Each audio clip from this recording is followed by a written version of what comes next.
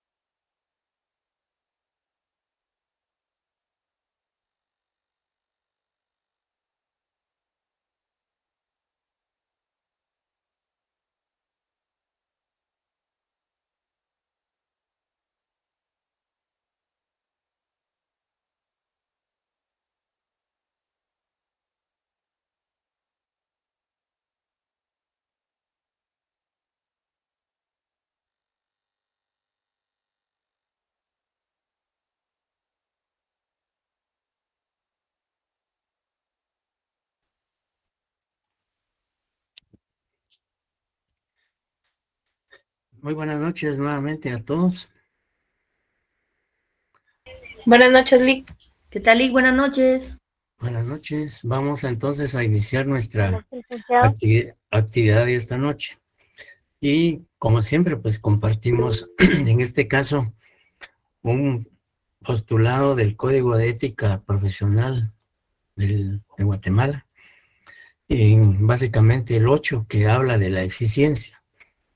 Y lo que, digamos, este postulado establece es que el abogado en el ejercicio profesional no solo debe ser eficiente, digamos, en la defensa de los derechos e intereses de las partes que requieren sus servicios profesionales, sino que también implica el estudio, la investigación, la preparación constante y permanente, dado que el ejercicio profesional cada día es más, digamos, existe más competencia, cada vez existen mayores especialistas en diferentes áreas o materias y el abogado entonces debe estar suficientemente capacitado y preparado para ejercer la profesión no solo de manera decorosa, sino con eficiencia, con responsabilidad, dentro de la ética y la moral. Por un lado. Por otro lado, pues recordemos que el jurista, un gran jurista como fue Eduardo Couture, decía que el abogado que no estudia es cada día menos abogado. Entonces, la reflexión es que no solo como estudiantes nos preparemos lo suficiente, sino ya con mayor razón, ya como abogados, toda vez que en el ejercicio profesional, pues vamos a tener la oportunidad de defender, sea en el ámbito penal o en otra área del derecho, intereses y derechos de las personas que contratan los servicios profesionales. Así es que la exhortativa es pues, que nos preparemos no solo en este momento, sino en tanto tengamos las facultades mentales y volitivas, digamos, en plenas, ¿verdad? Y por supuesto, la obligación está en ser cada día más eficiente. Bien, luego de compartir el postulado a que yo hice referencia, pues vamos a entrar a conocer y abordar el tema que esta noche vamos a desarrollar aprovechando al máximo el tiempo disponible. El tema de hoy se refiere a los sujetos procesales. Y cuando hablamos de sujetos procesales, inmediatamente viene a nuestra mente digamos, el término de personas. ¿Ya? Y es que dentro del proceso penal, pues obviamente quienes le van a dar vida al proceso penal son personas. Y a estas personas que intervienen o que participan en el proceso penal, pues definitivamente se conocen como sujetos procesales. ¿Y por qué son sujetos procesales? Pues primero porque son seres humanos que, digamos, participan o intervienen en ese proceso penal defendiendo sus derechos o intereses. Y eso es lo que motiva que ellos formen parte del desarrollo de ese proceso penal. Entonces, obviamente tenemos una idea de lo que son los sujetos procesales. Y el Código Procesal Penal así no lo define, pero obviamente para que exista un proceso penal, necesaria y forzosamente tiene que existir sujetos que le den vida a ese proceso penal.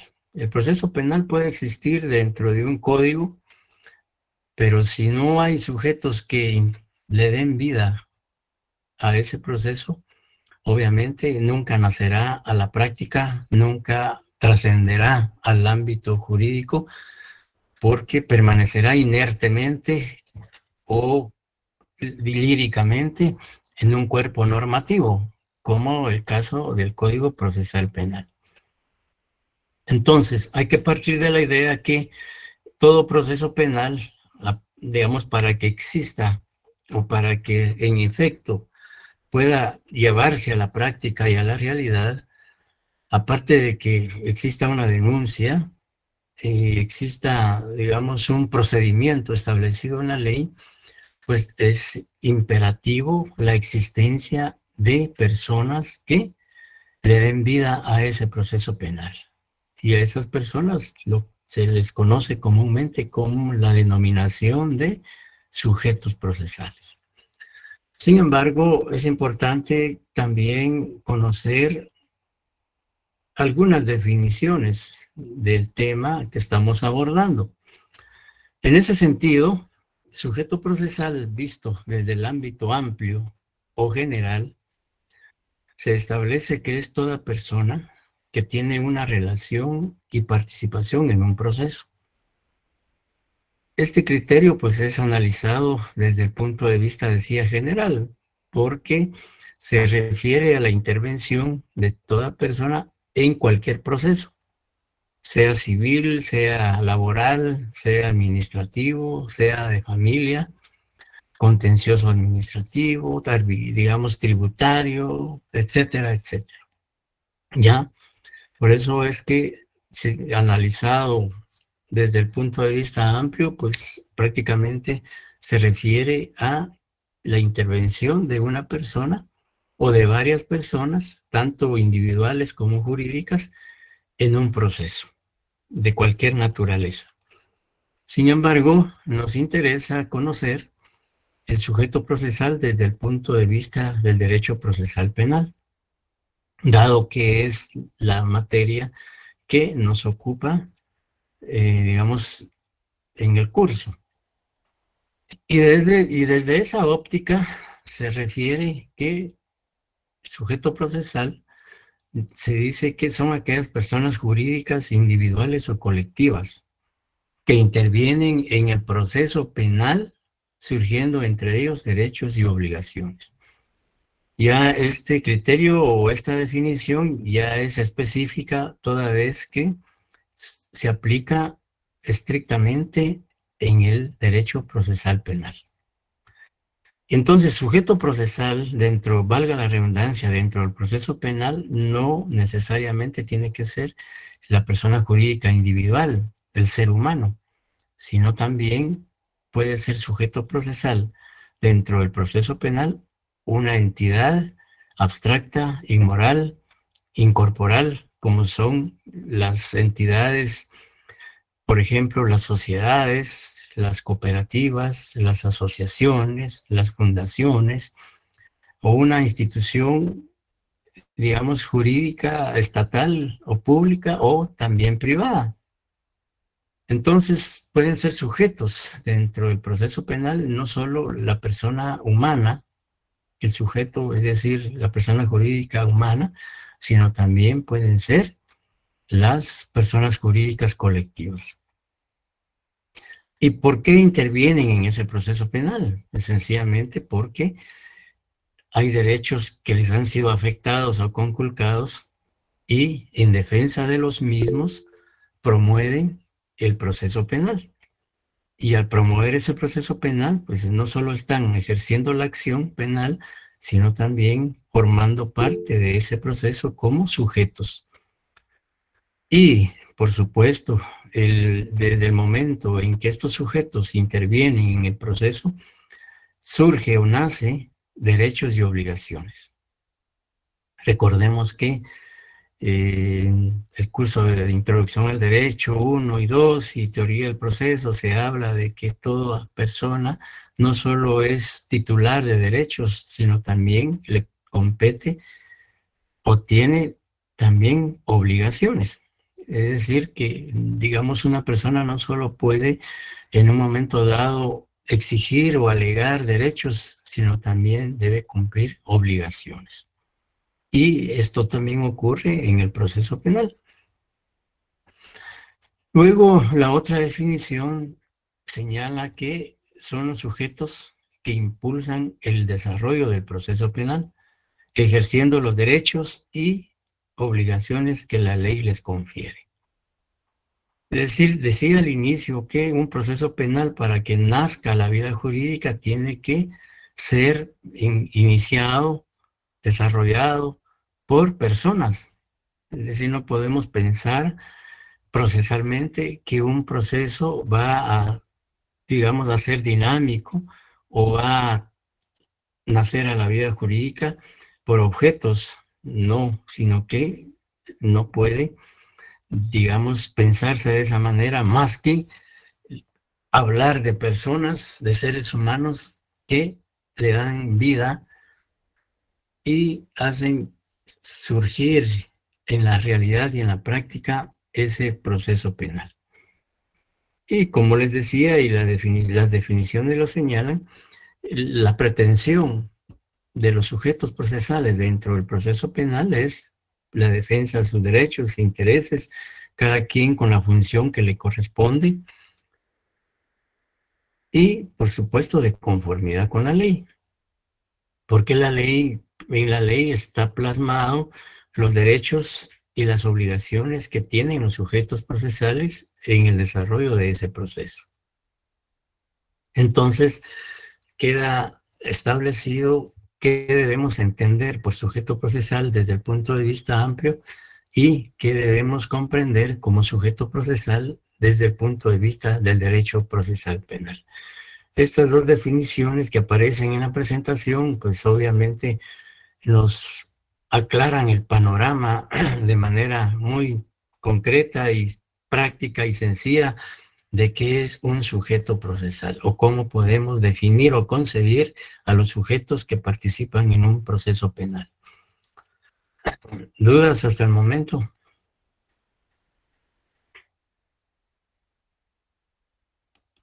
No, licenciado. No, licenciado. Muchas gracias. Bien, entonces continuamos. ¿Cómo clasifica el Código Procesal Penal a los sujetos procesales? De conformidad a la ley y también a la doctrina, existe básicamente dos tipos, clases de sujetos procesales. En primer lugar, encontramos a los sujetos procesales esenciales o principales, es decir, aquellos personajes o protagonistas que no pueden faltar en el desarrollo de un proceso penal. Porque si no existen ni uno o dos de ellos, no puede el proceso penal nacer a la vida jurídica. Entonces, su intervención o su participación en el proceso penal es esencial, es básica, es elemental, indispensable, porque sin ellos no podría existir el proceso penal. ¿Y quiénes son esos sujetos procesales esenciales o principales? Pues podemos definirlos diciendo que son aquellos cuya existencia es necesaria o indispensable para que el proceso penal se materialice. Es decir, se produzca la relación jurídico-procesal entre los sujetos que intervienen en el mismo. ¿Y quiénes son? Pues se considera en primer lugar a la víctima, agraviado u ofendido, Ministerio Público, el sindicado, imputado o incoado, como se le quiera denominar, abogado defensor, juez o tribunal. No puede existir un proceso penal si no existe una persona a quien se le impute la comisión de un hecho delictivo. Ahí tenemos entonces la necesaria existencia del imputado o sindicado. Tampoco puede existir un proceso penal si no existe una institución que realice la investigación y la persecución penal.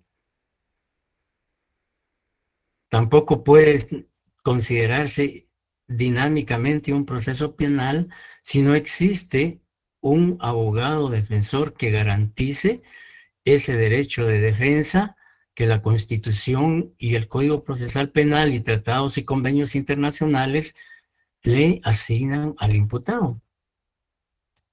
Tampoco puede existir un proceso penal si no existe un juez o un tribunal que fiscalice el cumplimiento de los derechos individuales o garantías constitucionales de las partes que intervienen en ese proceso penal. Y la víctima también, aunque en este tema, en la víctima, haciendo alguna salvedad de que para algunos autores o tratadistas, la víctima digamos, algunos consideran que la víctima no es un sujeto procesal esencial, porque puede darse el caso que la víctima en un momento dado abandone el proceso penal y de todas maneras el proceso penal continúa, sobre todo cuando se trata de delitos de acción pública. Sin embargo, en contraposición a estos criterios, existen otros autores que dicen que la víctima sí es un sujeto esencial, cuya existencia es indispensable dentro del proceso penal. Ya, porque, digamos, si no existiese una persona que es agraviada u ofendida por la comisión de un delito, pues pensaríamos que, digamos, ¿a quién entonces el imputado afectó? Y también pensemos que la víctima no necesariamente siempre va a ser una persona jurídica individual, sino también la víctima puede ser una persona jurídica colectiva, o también puede ser un conglomerado de personas, la sociedad, la colectividad, sobre todo cuando se trata de delitos, por ejemplo, contra el medio ambiente, los delitos contra la narcoactividad, que afectan a la sociedad, ¿ya? Entonces, como les decía, hago esta aclaración porque cuando ustedes estudien, lean textos jurídicos relacionados al derecho procesal penal en donde se aborde el tema de las víctimas, pues puedan encontrar esos criterios, ¿ya? En los cuales algunos sostienen que el proceso penal puede seguir sin que exista víctima. Es decir, existe la víctima, pero la víctima puede en un momento dado, como vimos en la clase anterior, desistir de continuar dentro del proceso penal y el proceso penal puede continuar. Ya, lo que no sucede, por ejemplo, si el imputado evade, se da la fuga o fallece, pues obviamente el proceso penal ya no podría continuar, porque contra quién se procesa, ya no habría a quién procesar, a quién juzgar y a quién sancionar en un momento dado. Sin embargo, pues se admite a criterio de la cátedra es que la víctima sí es un sujeto esencial. Por eso es que lo señalamos como uno de los primeros sujetos indispensables. Y decía, estos se les denomina esenciales porque definitivamente para que el proceso penal pueda llevarse a cabo o desarrollarse, necesariamente tienen que existir ellos. Ya decía que no puede haber proceso penal si no hay imputado, tampoco si no hay abogado defensor, ministerio público, juez, etcétera, etcétera. Entonces, por eso es que se les denomina indispensables, porque la ausencia de uno de ellos, a excepción, como les decía, del cuestionamiento que se da en relación a la víctima, pues esto implica, si uno de ellos no está, pues el proceso penal no podría subsistir o continuar su desarrollo. Pero, digamos, para ser sujeto procesal, también se requiere tener legitimación procesal y capacidad procesal. ¿Ya? ¿Y qué debemos entender por legitimación procesal? Pues la legitimación procesal es la aptitud legal que permite al sujeto procesal el ejercicio de los derechos o funciones en el proceso penal.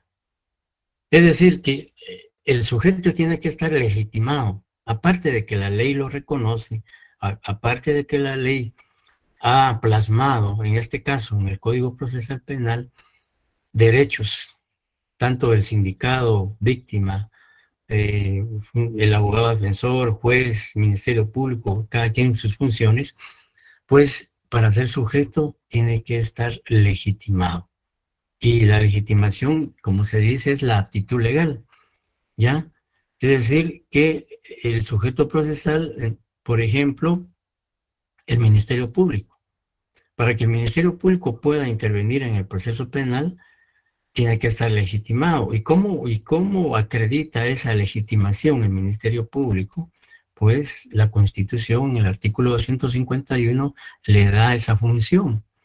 Además, el Código Procesal Penal también y la Ley Orgánica del Ministerio Público. Entonces, ahí hay una legitimación, hay una aptitud que legalmente le ha sido asignado para poder tener esa participación. En cuanto al imputado o sindicado, pues también él tiene la aptitud la aptitud procesal porque es parte de ese proceso penal. Es el imputado, es la persona a quien se le está atribuyendo la comisión de ese delito. La víctima, como consecuencia, igual, pues es la persona afectada, agraviada por la comisión del delito y está legitimada para participar en ese proceso penal. Lo mismo pensamos en el abogado defensor.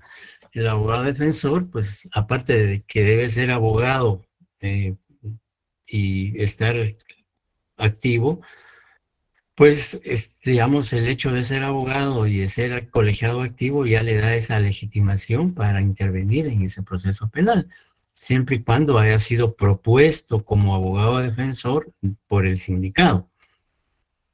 Y así cada uno de los sujetos que intervienen en el proceso están legitimados, si no, no podrían participar en ese proceso penal. Luego encontramos la capacidad procesal. Y la capacidad procesal, pues es, como se señala, es la capacidad jurídica de ejercicio para intervenir en el proceso penal. Aquí, pues ya aparte de tener legitimación, pues hay que tener también capacidad para poder, como dice, capacidad de ejercicio, ¿ya? Por ejemplo, si pensamos en que un menor fue la víctima de la comisión de un hecho delictivo, él no tendría la capacidad procesal para intervenir, pero puede hacerlo a través de su representante legal, su tutor, su guardador, o quien ejerza la tutela o la patria potestad del menor afectado. Si es una persona incapacitada o con capacidades especiales que no pueda valerse por sí mismo dentro del proceso penal, pues también tendrá que actuar a través de un representante legal, que pueden ser sus progenitores o puede ser otra persona, pero que tenga legitimación, ¿ya? Entonces la capacidad, pues ahora si es una persona mayor de edad sin ninguna limitación, pues obviamente tiene esa capacidad procesal para ejercer o hacer valer sus derechos dentro de ese proceso penal. ¿Dudas, compañeros?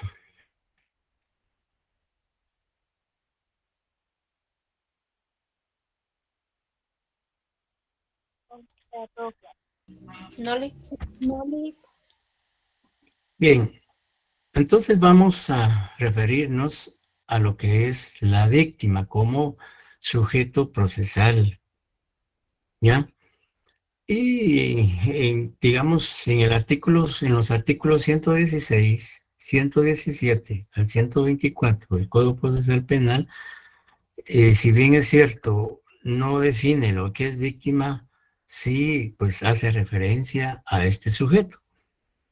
Entonces, sin embargo, ¿cómo debe concebirse a la víctima de un delito?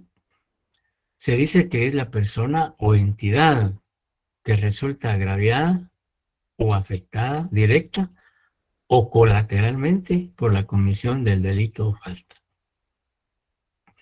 Bueno, como podemos apreciar, se insiste en que la víctima no solo es la persona humana, sino también pueden ser las entidades.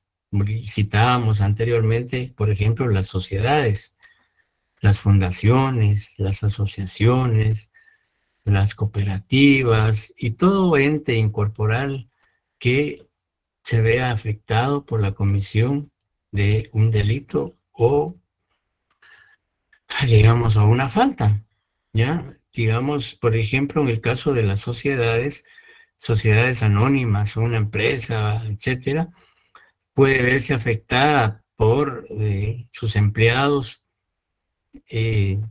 al cometer algún tipo delictivo en contra del patrimonio o los derechos e intereses de esa sociedad, ¿ya? Entonces también ellos pueden ser sujetos del proceso penal. También se dice que la víctima es la persona jurídica o individual o colectiva que sufre el daño y perjuicio causado por el delito o por la falta. Si leemos, por favor, el artículo 116, 117, el 124, pues ya lo leímos en la sesión anterior, que es sobre la reparación digna. Veamos lo que dice el artículo 116. Artículo 116. Creyente adhesivo. En los delitos de acción pública, el agraviado con capacidad civil o su representante o guardador en caso de menores o incapaces, o la administración tributaria en materia de su competencia, podrán provocar la persecución penal o adherirse a la ya iniciada por el Ministerio Público. El mismo derecho podrá ser ejercido por cualquier ciudadano o asociación de ciudadanos contra funcionarios o empleados públicos que hubieran violado directamente derechos humanos en ejercicio de su función o con ocasión de ella, o cuando se trate de delitos cometidos por funcionarios públicos que abusen de su cargo. Los órganos del Estado solamente podrán querellarse por medio del Ministerio Público.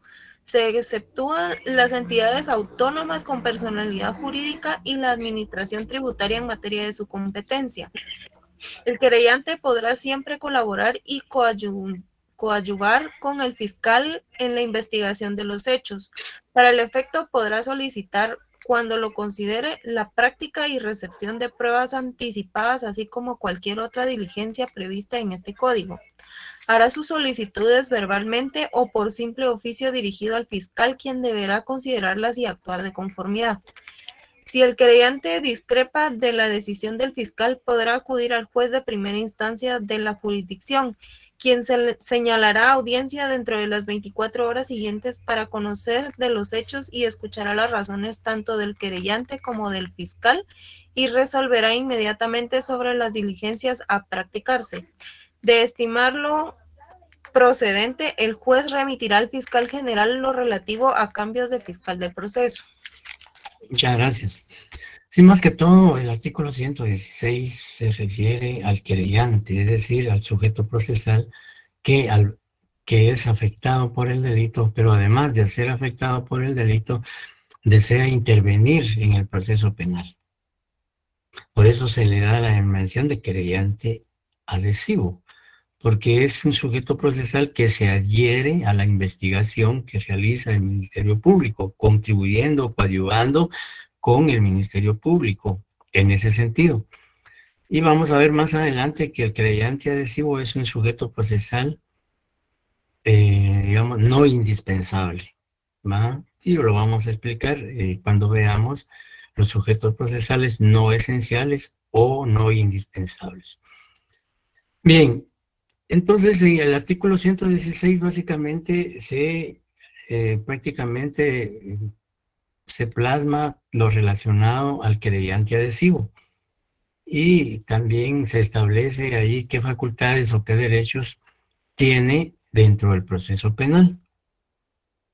Pero más que todo el artículo 117 que habla de la víctima, agraviado u ofendido, a quienes el Código Procesal considera como víctimas de la comisión de un hecho delictivo. Entonces, por favor, si alguien le da lectura al artículo 117 para determinar y dejar bien claro que el Código Procesal Penal a quienes considera como víctimas o agraviados de un delito.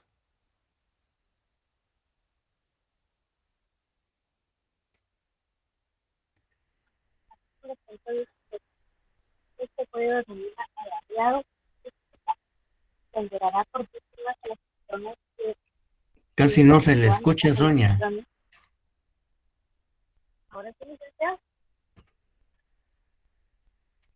Se te escucha lejos, compañero. Sí, no se le escucha. Artículo 117. Este código denomina agraviado. 1. Víctima. Se entenderá por víctimas a las personas que individual o colectivamente hayan sufrido daños, incluidas lesiones físicas o mentales, sufrimiento emocional, pérdida financiera o menoscabo sustancial de sus derechos fundamentales como consecuencia de acciones u omisiones que violen la legislación penal vigente. Se incluye además en su caso al cónyuge, a los familiares o dependientes inmediatos de la víctima directa y o a la persona que conviva con ella en el momento de cometerse el delito, y a las personas que hayan sufrido daños al intervenir para asistir a la víctima en peligro o para prevenir la victimización. El 2, suprimido. 3, a los representantes de una sociedad por los delitos cometidos contra la misma y a los socios respecto a los cometidos por quienes la dirijan, administren o controlen, y a las asociaciones en los delitos que afecten intereses colectivos o difusos, siempre que el objeto de la asociación se vincule directamente con dichos intereses. El agraviado, aun cuando no se haya constituido como querellante adhesivo, de conformidad con el presente código, tiene derecho a ser informado sobre los derechos que le asisten en el procedimiento penal. B, recibir asistencia médica, psicosocial o cualquier otra que tenga por objeto reducir las secuelas del hecho delictivo. C, que el Ministerio Público escuche su opinión en el procedimiento, fundamentalmente antes de las decisiones definitivas o de las provisionales que implican clausura o extinción de la persecución penal. D, a ser informado conveniente y oportunamente de las decisiones fiscales y judiciales e invitado a las audiencias en las que su opinión puede ser vertida. E, a recibir resarcimiento y o reparación por los daños recibidos. F, a recibir protección cuando su integridad física corra peligro como consecuencia de la persecución penal en contra del sindicado. G, a que existan mecanismos que disminuyan los riesgos de victimización secundaria durante el proceso penal. Muchas gracias. Digamos, el artículo 117 fue reformado mediante decretos 18 del 2010 y 21 del 2016. Digamos, algunos códigos aún no contienen esas reformas. En eso hay que tener cuidado. Entonces, el artículo 117, tal como lo leyó la compañera, prácticamente es el que está actualizado. Les digo esto porque hay algunos códigos que no tienen todavía esas reformas del 2010 y del 2016. Entonces, claramente el artículo 117 establece a quienes se les considera como víctimas o agraviados de la comisión de un delito. Ya, es decir, que no es solo decir yo soy víctima de un hecho delictivo, sino que tiene que prácticamente encuadrar o subsumirse en cualquiera de los supuestos que establece el artículo 117. ¿Estamos? Bien. Ahora veamos qué derechos tiene la víctima.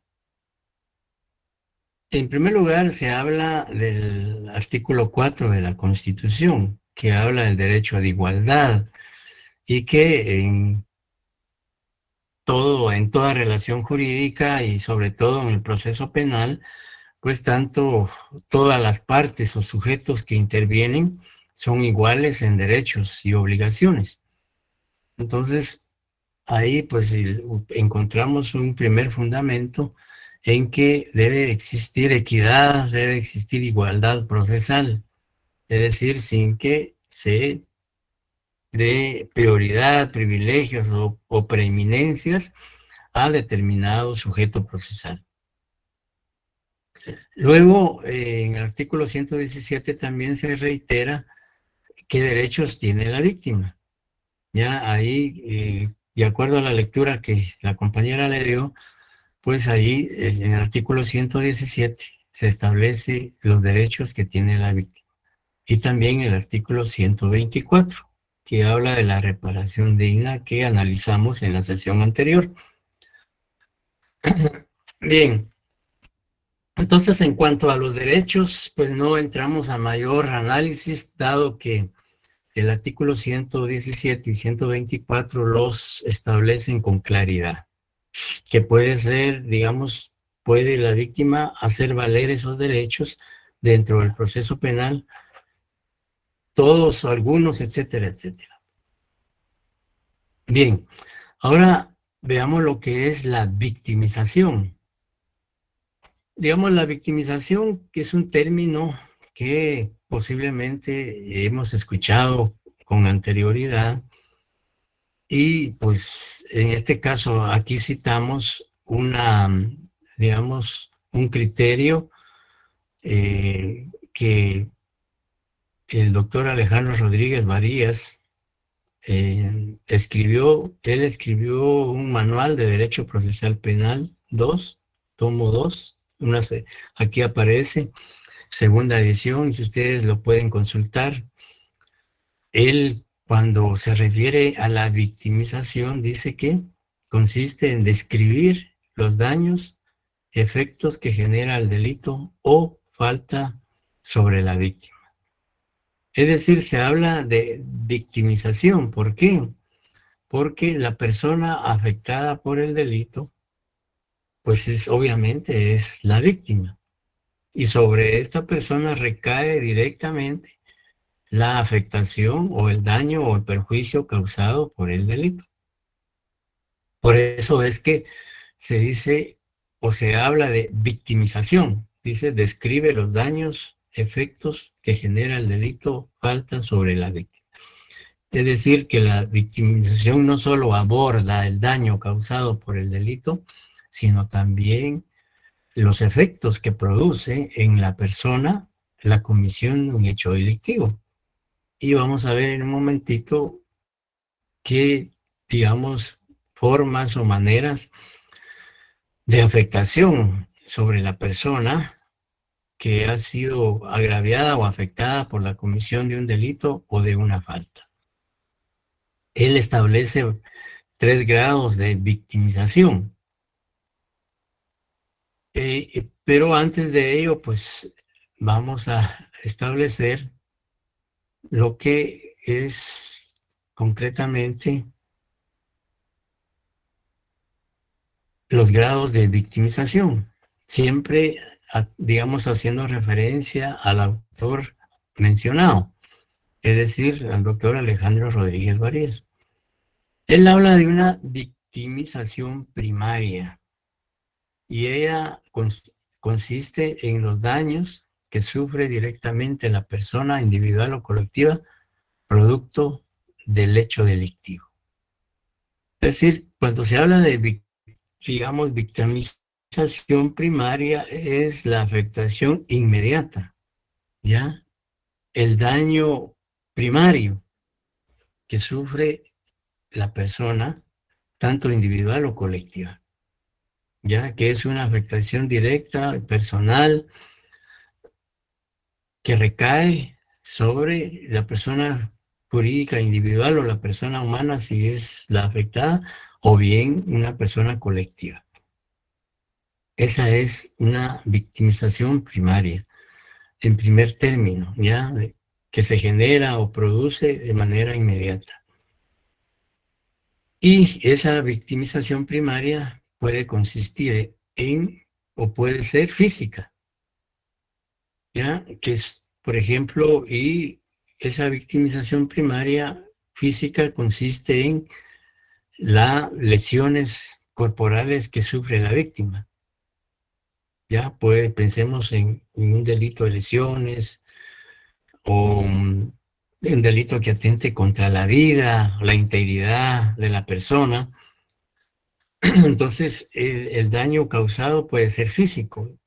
Y como ejemplos, se cita ahí la pérdida de miembros del cuerpo, digamos, alguna imputación, ¿verdad?, de un miembro del cuerpo que puede ser una mano, un brazo, un dedo, un pie, una pierna, etcétera.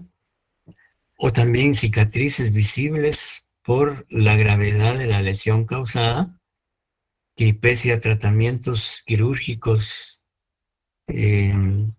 cirugías, etcétera, pueden quedar cicatrices visibles.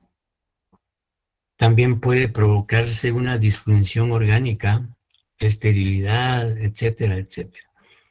Todo ello dependerá de la gravedad del delito cometido contra el agraviado. Entonces, se habla pues de una afectación física. Y también la afectación, como vimos anteriormente, también puede ser emocional o psicológica. Y aquí prácticamente la victimización psicológica es la afectación emocional que provoca en la víctima la comisión del delito o falta. Se cita como ejemplo la depresión, procesos neuróticos, delirio de persecución. Y estos aspectos, en efecto, sí ocurren, sí se dan. Digamos, no sé si alguno de ustedes ha sido víctima de un hecho delictivo y ha experimentado, digamos, esa afectación emocional. Por ejemplo, pensemos en delitos de un secuestro, plagio o secuestro. La persona que ha sido víctima de secuestro, pues generalmente padece o sufre, luego de su liberación, de depresión, ¿ya? Digamos, de angustia. Y también esto puede provocar un descontrol en cuanto a procesos neuróticos. Lick, podría ser también las mujeres que son violadas, que también sufren daños psicológicos. Exactamente, sí, decíamos en la sesión anterior que en los delitos sexuales, en muchos casos, la afectación emocional es tan fuerte. Y dice aquí, la persona se enamora del secuestrador. Alguien me dice eso, de que sí, puede darse el caso, ¿verdad? No es que sea una novela o una historia, sino que puede darse el caso que la persona secuestrada, al tener un contacto directo con el secuestrador, aunque no lo vea físicamente, porque generalmente un secuestrador que está cuidando a la víctima siempre va a estar con el rostro cubierto, y quizá todo el cuerpo, ¿verdad? Para no evidenciar o no que la víctima no pueda apreciar ninguna característica que posteriormente pueda perjudicarlo. Entonces habla aquí Gerardo del síndrome de Estocolmo, se llama la dependencia de su captor. Sí, en efecto, como les decía, eso puede ocurrir, eso, digamos, se puede dar. Entonces, decíamos que en los delitos sexuales han habido casos en los cuales el daño emocional es tan grande, tan fuerte y permanente, que pese a tratamientos especializados, la víctima no puede superarlos y resulta muchas veces intentando suicidarse, y en algunos casos, lamentablemente, sí han habido suicidios por esa causa, o bien una forma de evadir, digamos, sí, una forma de evadir esa estigmatización. También pueden sumirse en el alcohol, en las drogas, en la prostitución, etcétera, etcétera. Héctor, sí, Héctor ha levantado la mano. Y dice, Sí, licenciado, buenas noches. Con una Buenas pequeña noches. consulta. Ajá. En cuanto al tema de este rubro psicológico, ¿cómo podríamos probar el tema del delirio de persecución? Bueno, el delirio de persecución generalmente cuando la persona, digamos, siente, por decirlo así, un término tan común o corriente, que está siendo perseguida, ¿ya? Que, digamos, cualquier persona que se le acerque, él piensa que lo va a agredir o que va a cometer algún delito contra su persona, o cuando la persona sale de su trabajo, de su casa, y alguien va detrás de él, digamos, o al lado, él piensa que es una persona que pretende causarle algún daño, ¿ya? O sea, él se imagina, piensa que eso puede ocurrir. Ya, pero eso solo lo puede manifestar él y decírselo, por ejemplo, a un psicólogo: mire, yo siento que cada vez que salgo de mi casa, alguien me persigue y alguien me quiere hacer daño, me quiere robar o me quiere matar, etcétera, etcétera. Ya, eso solo lo puede manifestar la persona que está viviendo digamos, esa situación, a un amigo o a su familia, o bien a un profesional que lo trate para que él pueda superar esa situación. Perfecto, licenciado. Muy amable. Bien, y decíamos que todos estos aspectos definitivamente afectan, pues, y la afectación en mayor o menor grado también depende de la capacidad que tenga la persona de asimilar o de aceptar digamos, la afectación que sufrió por el hecho delictivo. Eso también depende de actitudes y de aptitudes, ¿ya? Si la persona, digamos, asume una actitud positiva y, digamos, no se deprime y logra superar eso, pues obviamente, posiblemente la afectación no va a ser en mayor grado. Y también se habla de victimización patrimonial, que recae sobre los bienes o patrimonio, o ejemplo, pérdidas económicas, pérdida del bien material que fue hurtado o robado, o cualquier otra circunstancia. Y también hay una victimización social, que es la que se produce o la que se genera cuando, digamos, se afecta el honor, los que se producen al honor, la reputación, el prestigio de la víctima, ejemplo, la estigmatización, la discriminación, etcétera. Por ejemplo, esto en delitos sexuales, ¿verdad? Que es muy común y normal que exista una estigmatización laboral, familiar, social y profesional.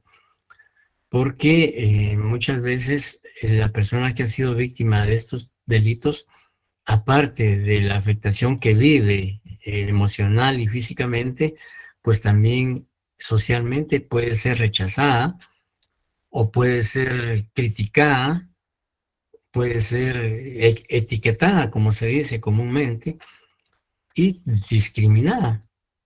Entonces hay un rechazo de la sociedad hacia su persona y eso puede agravar su estado depresivo.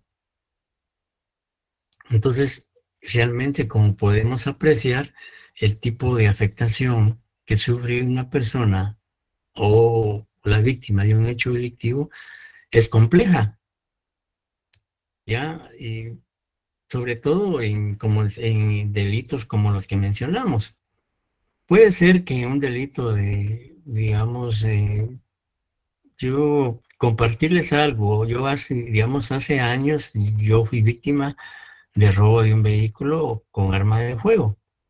Ya me despojaron de un vehículo y varias personas portando armas de fuego.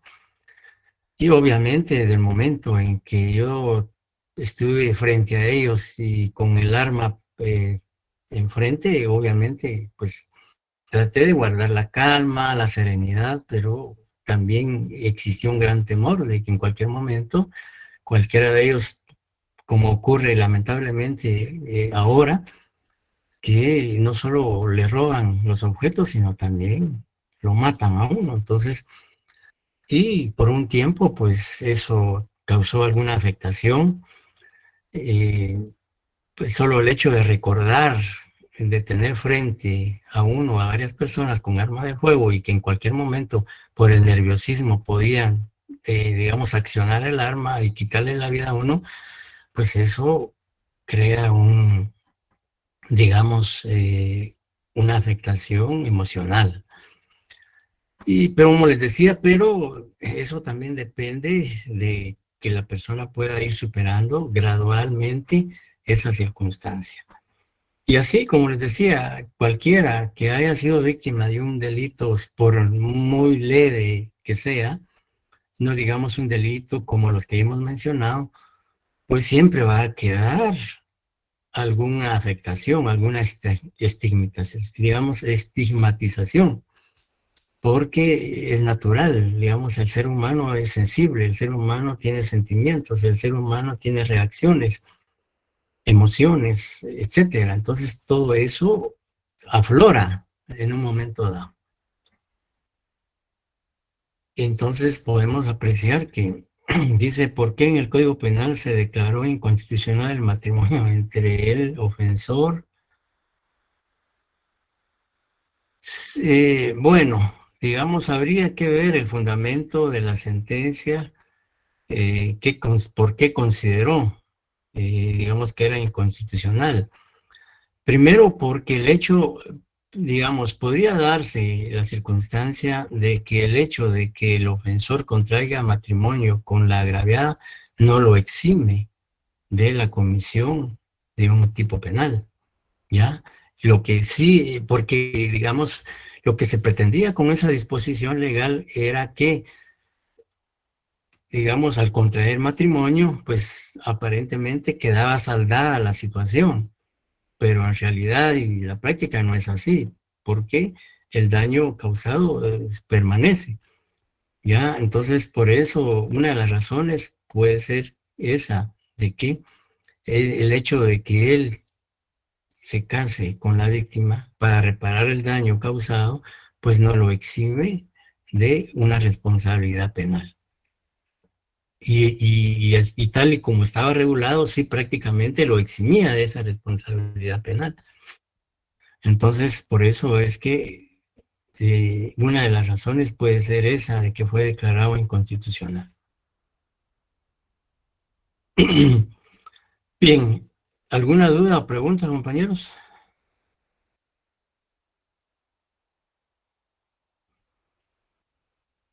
Bien, continuamos entonces.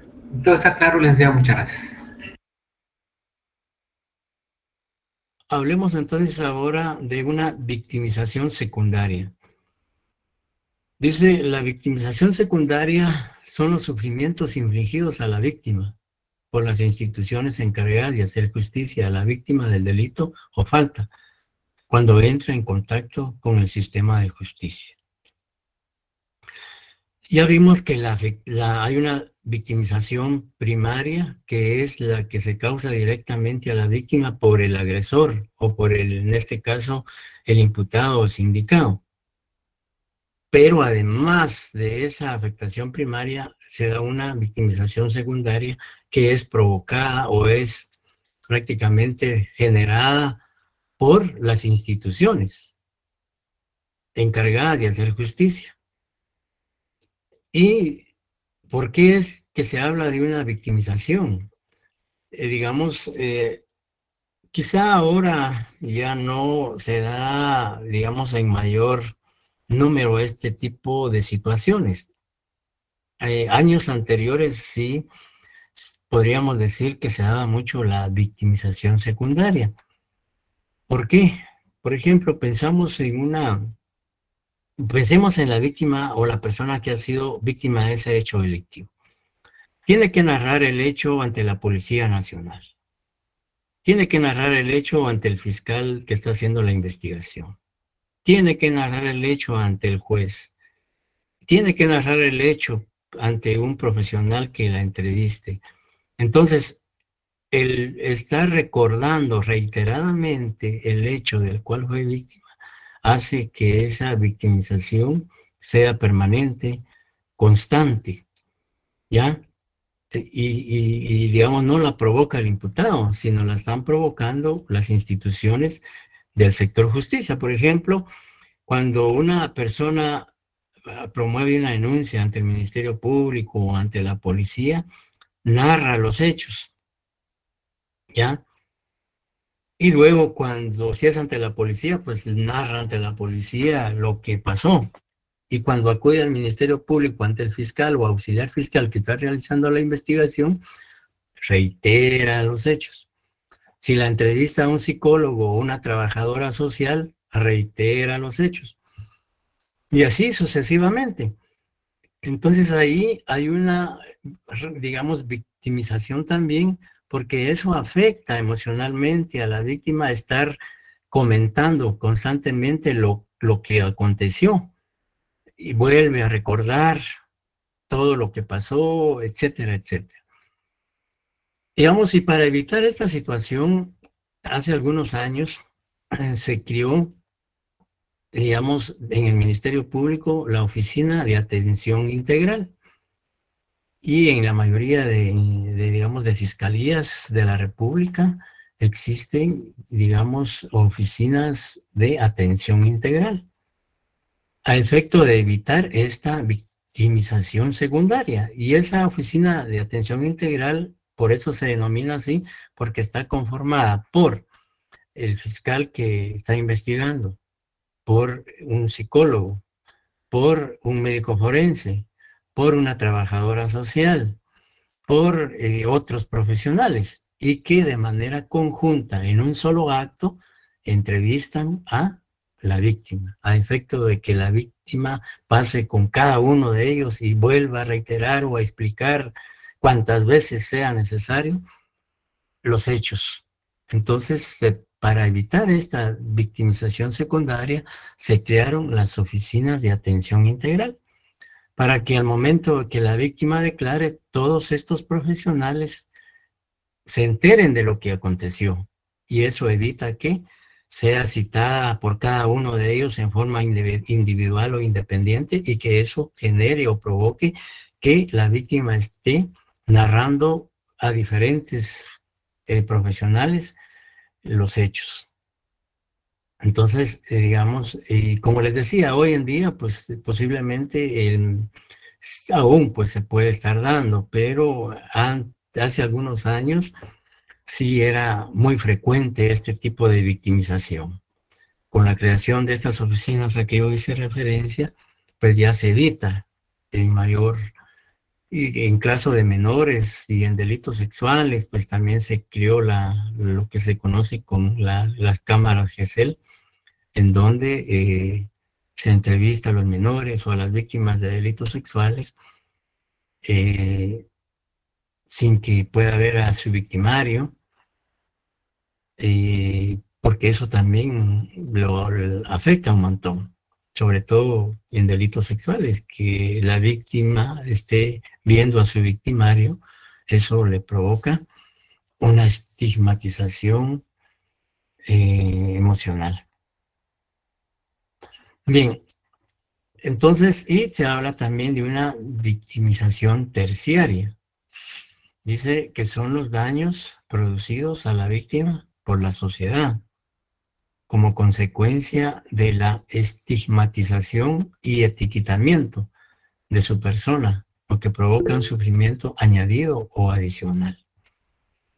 Lo que decía anteriormente, una persona que es víctima de un delito puede ser socialmente rechazada, aun y cuando, no obstante ser víctima, que debería ser lo contrario, de recibir un apoyo moral, espiritual, etcétera, y no ser, digamos, etiquetada, como se dice ahí, porque eso también agrava, digamos, el daño causado.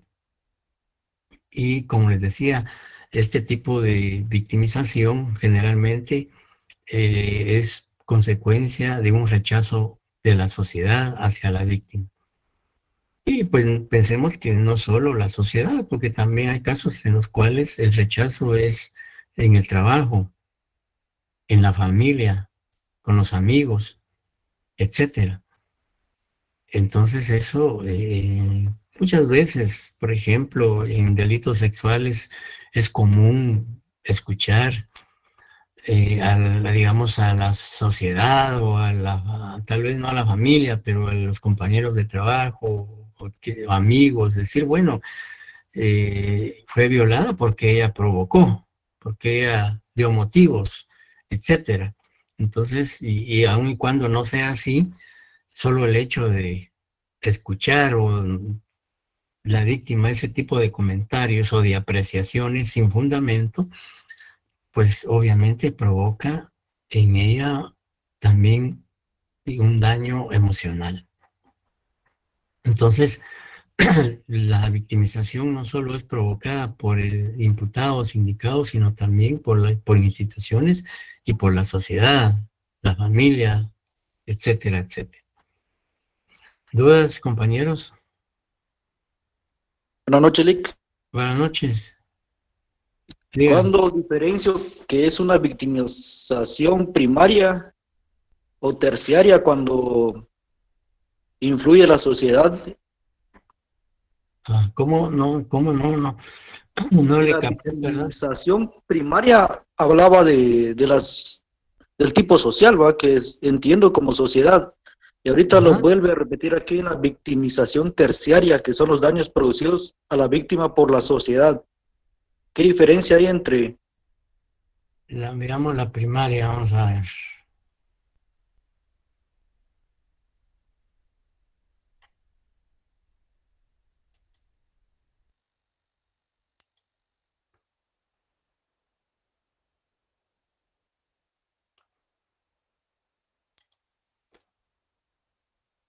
Que no me aparece la... En la diapositiva número 7, está, el compañero se refiere a la primaria. Social. Consiste en los daños que sufre directamente la persona individual o colectiva producto del hecho delictivo.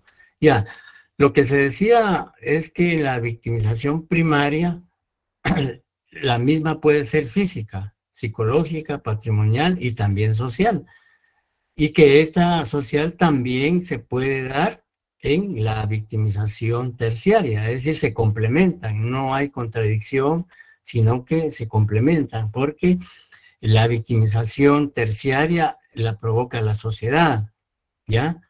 Y en la primaria, pues también puede darse el caso que socialmente la persona que es víctima de un delito pueda ser discriminada o estigmatizada o etiquetada por la sociedad.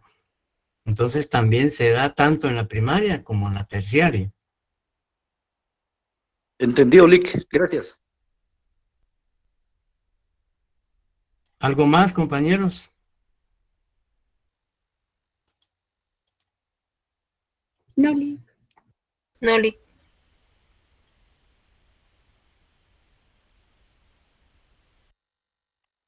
Bien. No sé entonces si quedó claro lo que es, digamos, el primer sujeto procesal esencial.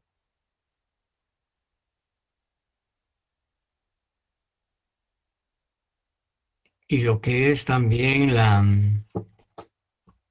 lo que es víctima, los derechos de la víctima y los tipos de victimización, etcétera, etcétera. Si no hay ninguna duda, entonces prácticamente agotamos aquí el tema.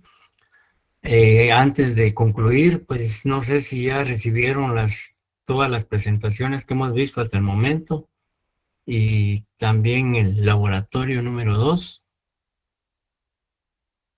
Sí, Lick. Sí, Lick, ya lo recibimos. Sí, Lick, recibido.